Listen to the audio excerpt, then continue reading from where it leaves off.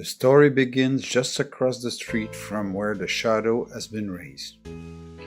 The Moores Hotel was established in 1827 by David Fitch from the New York State, who decided to transform his house in order to rent rooms. Later, he added new extensions and turned it into an hotel. Eventually, from the late 1840s up to the 20s, it was run by the Moores family until Fred Langevin and his brothers and sister-in-law took over in 1922.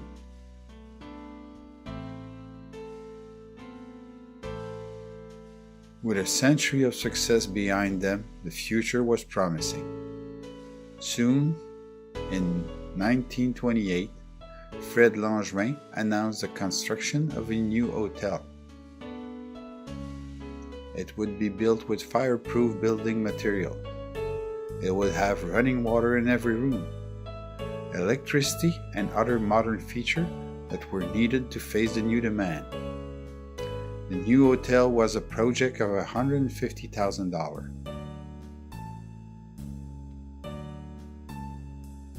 The financing of such a project took longer than its first optimistic expectations. Finally, after some financial problems and construction delays, the Chateau opened November 21, 1929, and the final cost was around $175,000. As much as 300 guests were invited for the great opening.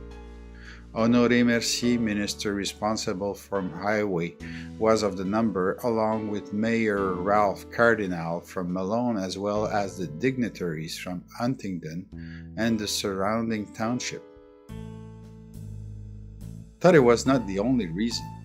The proximity with the U.S. border and the Prohibition years from 1920 to 1923 were certainly not negligible factors in the construction of such a youth accommodation center in a remote place like Huntingdon. It's also true that the need for overnight places was real in a time when roads were hard to travel and cars not so fast and or reliable. Back then, the trip from Malone to Huntingdon was not a 20-minute ride. The hotel made a reputation with the quality of its kitchen held by great chefs. Outstanding musical representation also took place at the Chateau. Orchestra, great bands, singers, and dancers of national reputation were featured there regularly. 1929 is the year when the textile came to town. Needless to say how much wealth it brought in the area. Later on, the Second World War welcomed soldiers and officers from the whole province. Eventually, the newly built bridge in Kanawaki over the St. Lawrence River brought newcomers from the city, as traveling distance was not so much of a big deal anymore.